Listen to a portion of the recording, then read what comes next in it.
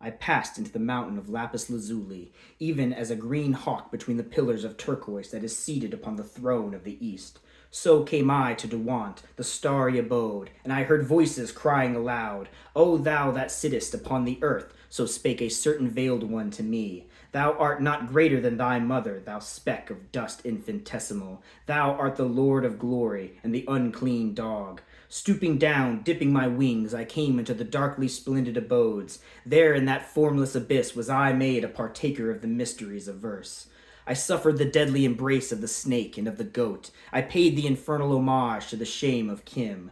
Therein was this virtue, that the one became the all. Moreover, I beheld a vision of a river. There was a little boat thereon, and in it, under the purple sails, was a golden woman, an image of Asi wrought in finest gold. Also the river was of blood, and the boat of shining steel. Then I loved her, and loosing my girdle, cast myself into the stream. I gathered myself into the little boat, and for many days and nights did I love her, burning beautiful incense before her. Yea, I gave her of the flower of my youth. But she stirred not, only by my kisses I defiled her, so that she turned to blackness before me.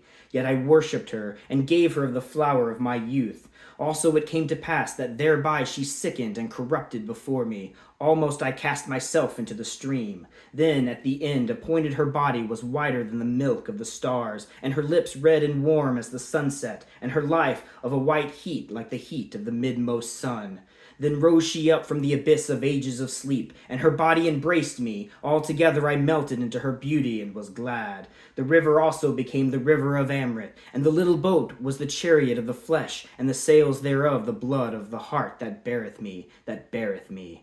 O serpent woman of the stars, I, even I, have fashioned thee from a pale image of fine gold. Also the Holy One came upon me, and I beheld a white swan floating in the blue. Between its wings I sat, and the aeons fled by. Then the swan flew and dived and soared, yet no whither we went. A little crazy boy that rode with me spake unto the swan and said, Who art thou that dost float and fly and dive and soar in the inane? Behold, these many aeons have passed. Whence camest thou? Whither wilt thou go? And laughing I chid him, saying, No whence, no whither. The swan being silent, he answered, Then, if with no goal, why this eternal journey? And I laid my head against the head of the swan, and laughing said, Is there not joy ineffable in this aimless winging? Is there not weariness and impatience for who would attain to some goal? And the swan was ever silent. Ah, but we floated in the infinite abyss. Joy, joy, white swan, bear thou ever me up between thy wings. O silence, O rapture, O end of things visible and invisible, this is all mine who am not.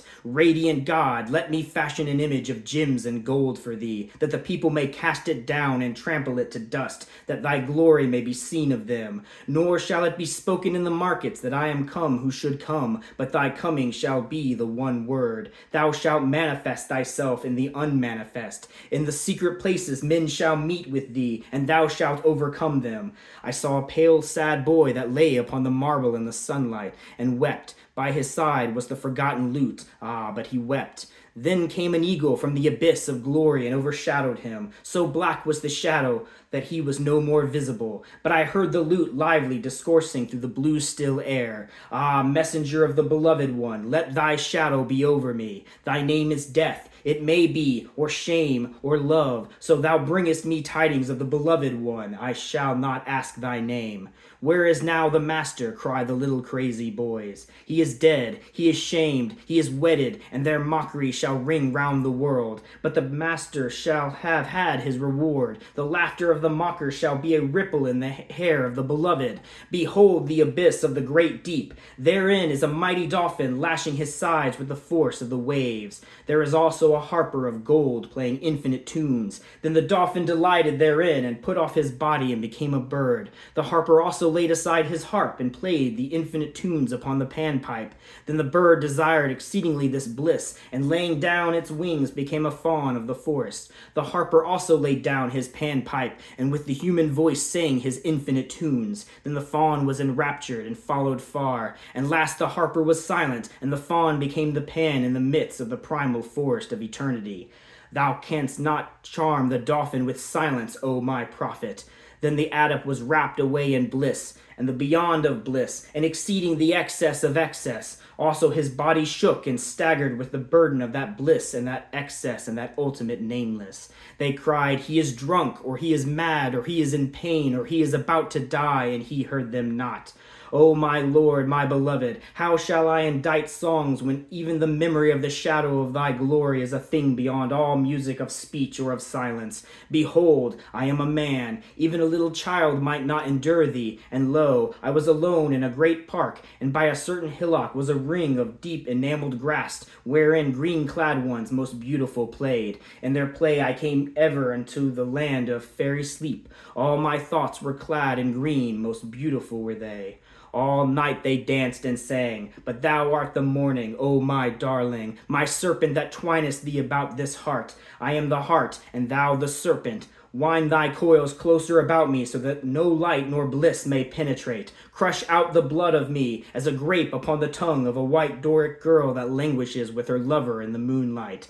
Then let the end awake. Long hast thou slept, O great god Terminus. Long ages hast thou waited at the end of the city and the roads thereof. Awake thou, wait no more. Nay, Lord, but I am come to thee. It is I that wait at last. The prophet cried against the mountain, "Come thou hither, that I may speak with thee." The mountain stirred not. Therefore went the prophet unto the mountain, and spake unto it.